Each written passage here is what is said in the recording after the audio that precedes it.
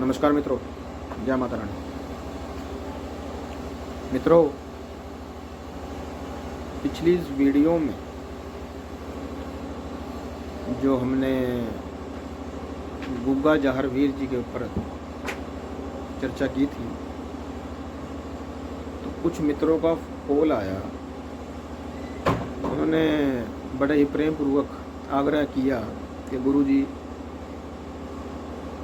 उस वीडियो को सुनने के बाद हमारे मन में बड़ी प्रबल इच्छा है कि गोगा जी की साधनाओं के ऊपर आप कुछ कहें, हमें वो विशुद्ध ज्ञान प्रदान करें। मित्रों, उनके प्रेम पूर्वक आग्रह पर और आप सबके लिए भी आज हम उस विषय पर चर्चा करेंगे, जिसे सुनने के उपरांत आप सबको यह भी पता चल जाएगा कि वास्तविकता इन महाराज श्री की क्या है, कैसे इनकी सिद्धि साधनाएं होती हैं, इनकी उत्पत्ति, इनके तथ्य और इनके द्वारा किए गए प्रयोजनों की प्राप्ति, द्वारा उत्पन्न शक्तियाँ आप कैसे प्राप्त कर सकते हैं। तो सबसे पहले तो इनकी उत्पत्ति कैसे हुई उस विषय में जानेंगे। वैसे तो इनका विस्तार करना इतना सरल नहीं है मित्रों, फिर भी हम कुछ तथ्यों को आपको बताएंगे। तो इनकी उत्पत्ति जो है मित्रों, इनकी माता श्री बाछल जी जो थी, उन्होंने सिद्ध गुरु श्री गोरखनाथ जी की बड़ी भयंकर तपस्या की। उससे इनको गुग्गल प्राप्त हुई। उस गुग्गल के द्वारा ही श्री गुग्गा राणा जी का जन्म हुआ। गुग्गल से जन्म होने के कारण इनका नाम गोगा रखा गया। कुछ प्रांतों में गुग्गा कह देते हैं, कहीं गोगा कहते हैं। तो मित्रों, इस प्रकार इनका उत्पत्ति का सूक्ष्म सा तथ्य हमने आपको बताया। वैसे तो बहुत विस्तारपूर्वक है, पर इतना तो हम ना शक्ति रखते हैं ना समर्थ है कि उनके ऊपर आपको विस्तारपूर्वक बता सकें। वो महान दिव्य आत्माएं हैं, शक्ति है, परमात्मा के सेवक हैं, श्री नाथ जी के सिद्ध शिष्य हैं। और इनकी कार्यशैली मित्रों, ये जो हमने अपने वीडियोस में बताया आपको 52 वीरों के बारे में, उनमें से एक है।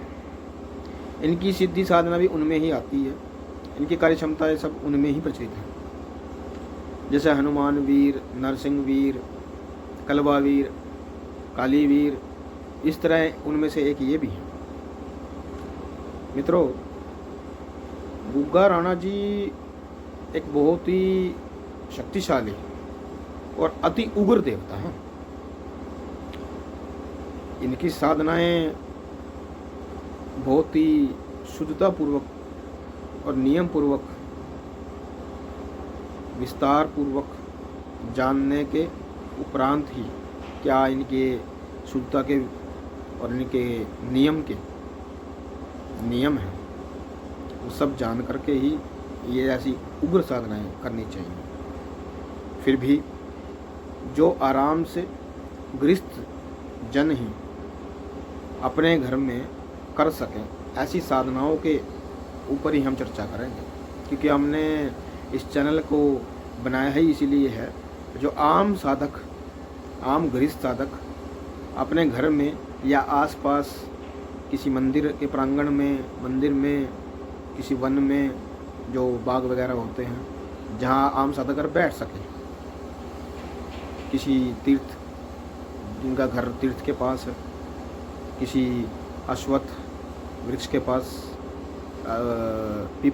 अश्वत्थ पीपल, बड़ आदि के पेड़ के नीचे बैठ के, समीप बैठकर वहाँ पर कुछ जगह त्रिवेणी भी बनाई जाती है, पीपल का, बड़ का और नीम का पेड़ इकट्ठा लगा करके। और कहीं जगह संयोग वश स्वयं उत्पन्न हो जाते हैं। उस स्थान की बड़ी महिमा होती है मित्रों। वहाँ पर भी साधनाएं करने से बहुत जल्दी सिद्धि प्राप्त हो जाती है, शक्तियाँ प्राप्त होती हैं, आशीर्वाद प्राप्त होता है, दुर्भाग्य मिटता है, सौभाग्य जगता है, पिछले जन्मों के कुसंस्कार खत्म हो जाते हैं। वहाँ पर अगर आप जल चढ़ाएं, उन वृक्षों की सेवा करें, भगवान शिव का, भगवान नारायण के मंत्रों का जाप करें, सूर्य भगवान का जाप करें, मंत्रों का, गायत्री मंत्रों का यज्ञ हवन करें, उनके समीप बैठ करके उनके सानिध्य में वृक्षों के, वो स्वयं देव स्वरूप ही हैं। ऐसा समझ ले, ब्रह्मा विष्णु महेश ही हैं वहाँ उन तीनों में। और ये बड़े भाग्यशाली लोगों को ही मिलता है। किंतु दुर्भाग्य की बात है, जहाँ ये हैं वहाँ रहने वाले, उनके आसपास जो लोग जन समुदाय है, वो इनके रहस्य को नहीं जानते, या कुछ लोग करते भी हैं, थोड़ा बहुत करते हैं, विशेषकर इतना उस पर अपनी साधनाओं पर जोर नहीं देते, इनकी सेवाओं पर जोर नहीं देते।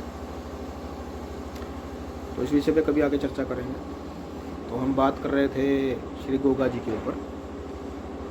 तो ये महाराज जी जो हैं एक उच्च कोटि के तांत्रिक सम्राट भी हैं दोस्तों। तांत्रिक सम्राट कहा जाना कुछ गलत ना होगा, क्योंकि इन्होंने श्री गोरखनाथ जी के श्री चरण कमलों के प्रताप से ऐसी ऐसी अनेक साधनाओं की विधियां जान ली और उन साधनाओं को कर बहुत सी महान उच्च कोटि की श्रृंखलाओं वाली सिद्धियों को प्राप्त कर ली, जिससे एक महान तांत्रिक बन गए, तांत्रिकों में तांत्रिक हुए।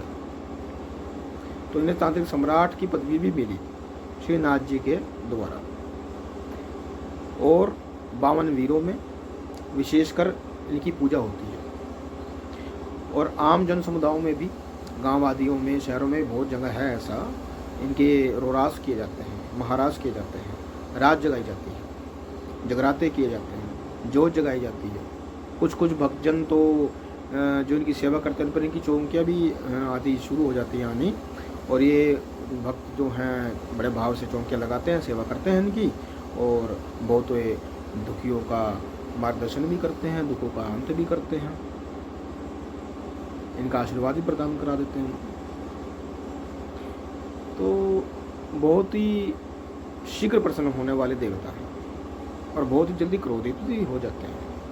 यानी कि साधनाओं में सावधानी रखने की बहुत ही विशेष आवश्यकता है मित्रों। तो आज हम इनकी जो सरल गृहस्थों के लिए बिल्कुल ही आरामदायक स्थिति से साधना की जा सकें, ऐसी साधनाओं के बारे में बताएंगे। उनमें से एक एक करके हम आपको बताते जाएंगे। तो आज हम रक्षा करनी मंत्र आपको बताएंगे जहारवीर जी का। वो रक्षा करनी मंत्र है मित्रों, ध्यान से सुना। ओम नमो आदेश जहारवीर को आदेश। ओम नमो आदेश जहारवीर को आदेश। बाछल के लाडले गोरख के तेज। बाछल के लाडले गोरख के तेज। हे सर्पधारी रक्षा करो हमारी। हे सर्पधारी रक्षा करो हमारी, काटो सकल कलेश। हे सर्पधारी रक्षा करो हमारी, काटो सकल कलेश। दुहाई है श्रीनाथ की। दुहाई है श्रीनाथ की, आन है हनुमान की। आन है हनुमान की। शब्द साचा पिंड काचा, फुरो मंत्र चरपटी वाचा। शब्द साचा पिंड काचा, फुरो मंत्र चरपटी वाचा। तो ये मंत्र है मित्रों। आशा करता हूँ आपको अच्छी तरह समझ आ गया होगा। मैंने दो बार रिपीट भी किया है, एक बार फिर कर देता हूँ। ओम नमो आदेश जहारवीर को आदेश। बाछल के लाडले गोरख के तेज। हे सर्पधारी रक्षा करो हमारी, काटो सकल कलेश। दुहाई है श्रीनाथ की, आन है हनुमान की। शब्द साचा पिंड काचा, फुरो मंत्र चरपटी वाचा। तो ये मंत्र हुआ, बहुत ही अद्भुत मंत्र है दोस्तों। रक्षा के विधान में। कभी भी कहीं किसी प्रकार का भय उत्पन्न हो, आप इस मंत्र का उपयोग करें। आप श्री गोरखनाथ जी की, अन्य नवनाथों की, या किसी भी नाच की, या किसी प्रकार की उग्र साधनाओं को अगर करते हैं, ये स्वयं श्री गोगाचार्य की साधनाएं जो हम आगे बताएंगे भी, उनको करते हैं, उनमें इस रक्षा कवच का प्रयोग करें। इसको सिद्ध करना पड़ता है मित्रों पहले, किसी भी ग्रहण में, दिवाली में, होली में, शिवरात्रि पर, जन्माष्टमी पर और अक्षय तृतीया के समय में इसका सिद्धीकरण का प्रयोग करके आप उच्च शक्ति वाला कवच प्राप्त कर सकते हैं। और आम दिनों में अगर करना चाहते हो तो गुरुवार से शुरू करना होगा। ये 40 दिन की साधना है मित्रों। और जो हमने दिवाली की रात, होली की रात ये सब बताया आपको, इनमें पहले आपको ये साधना करके 40 दिन, फिर इनमें इनकी जागृति करनी होती है। और ये सौभाग्य की बात होगी कि जिसने शुरुआत ही इन रात्रियों में, ग्रहण में, दिवाली की रात्रि में, इनमें शुरू किया हो और फिर 40 दिन तक कंटिन्यू किया, उसका एक विशेष फल मिलता है। तो 40 दिन का चिल्ला इसे बोल सकते हैं, ये आपको करना होगा। और अगर कोई लेडीज़ करना चाहे तो मेंसेस आदि स्थिति होने पर इसको छोड़ दें, ठीक हो जाने पर फिर से स्वच्छ नहा धो करके फिर से आरंभ करें। जितने दिनों का गैप है उसे आगे जोड़ लें, इस हिसाब से चालू कर दें, तो वो साधना हो जाएगी। इसमें कोई भय वाली स्थिति भी नहीं है, क्योंकि ये तो भय हरने वाली साधना है। आराम से करें, घर में बैठ के एकांत कमरे में, अपने मंदिर में जो जगहें महाराज जी की चित्र आदि को रख लें, ताकि आपका विशेष रुझान बना रहे। और जो चित्र प्राप्त नहीं कर सकते हो तो वो दिए के अंदर ही भगवान स्वरूप श्रीनाथ जी के शिष्य का, जहारवीर जी महाराज का ध्यान करें और उनसे प्रार्थना करें कि हम इस मंत्र की साधना करने जा रहे हैं, आप अपना दिव्य आशीर्वाद में प्रदान करें और हमारी साधना पूर्ण करें। तो इस प्रकार आपको साधना करनी है। 5 प्रकार की मिठाई पहले दिन रखनी है, 2 लड्डू रखने हैं अलग से। और जब साधना अगले दिन सुबह किसी मैदान आदि में वो लड्डू और मिठाई एक साथ अलग अलग दोनों को रख दें और अपना बिना पीछे मुड़े वापस आ जाएं। इसमें कोई भय नहीं है मित्रों, लेकिन आपको पीछे देखना नहीं होता, वहाँ रख करके वापस आ जाए। कोई भी उसे जीव खा लेगा, ये महाराज जी को अर्जी लग जाएगी आपकी।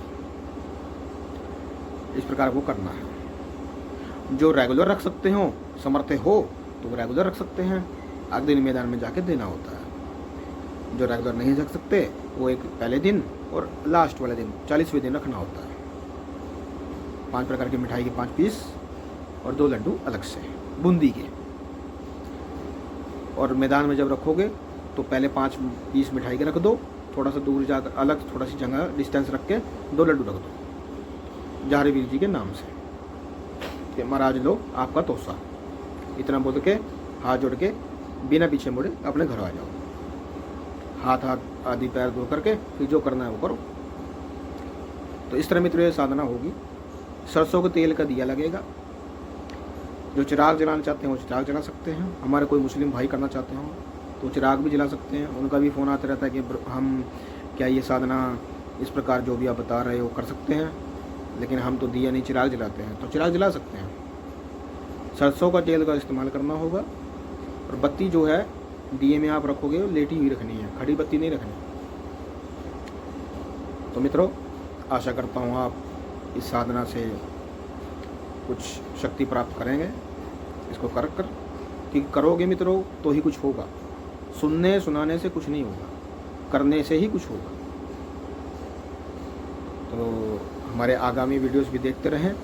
हमारे वीडियो को लाइक करें, शेयर करें, सब्सक्राइब करें, शेयर करें अपने मित्रों को, प्रियजनों को, सगे संबंधियों को, ताकि एक विशुद्ध ज्ञान जैसे आपको प्राप्त हो रहा है वैसे उन्हें भी प्राप्त हो।